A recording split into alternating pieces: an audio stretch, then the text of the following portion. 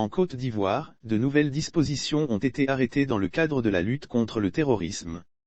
Ces nouvelles mesures font suite aux préoccupations évoquées, jeudi, par l'état-major des armées ivoiriennes.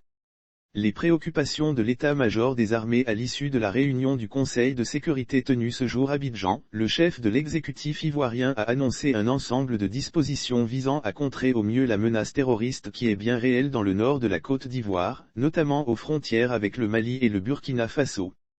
Selon le communiqué, qui évoque des préoccupations de l'état-major des armées, le président Alassane Ouattara a donné des instructions fermes qui visent au renforcement des capacités opérationnelles de l'armée ivoirienne.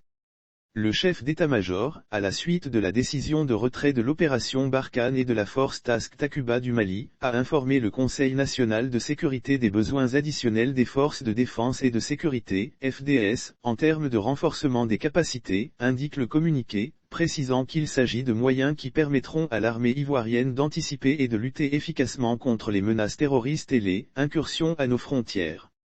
Le président Ouattara a donné des instructions au ministre en charge de la Défense en vue de la satisfaction de ses besoins, dans les meilleurs délais à ce titre, informe le communiqué signé du ministre Fidel Sarasoro. Le président Ouattara a donné des instructions au ministre en charge de la Défense assurant actuellement l'intérim du premier chef du gouvernement, en vue de la satisfaction de ses besoins, dans les meilleurs délais. Autre mesure prise par le chef de l'État, c'est celle concernant la sécurisation du parc national de la Comoé, un nid de djihadistes, venus du Burkina Faso, selon plusieurs sources.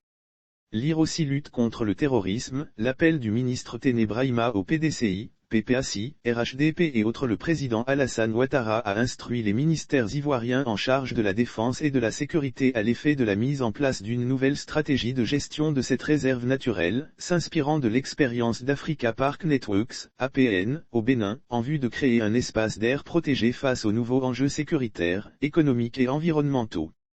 Les ministères concernés devront, dans un délai de 6 mois, rendre compte des résultats de cette expérience au Conseil national de sécurité.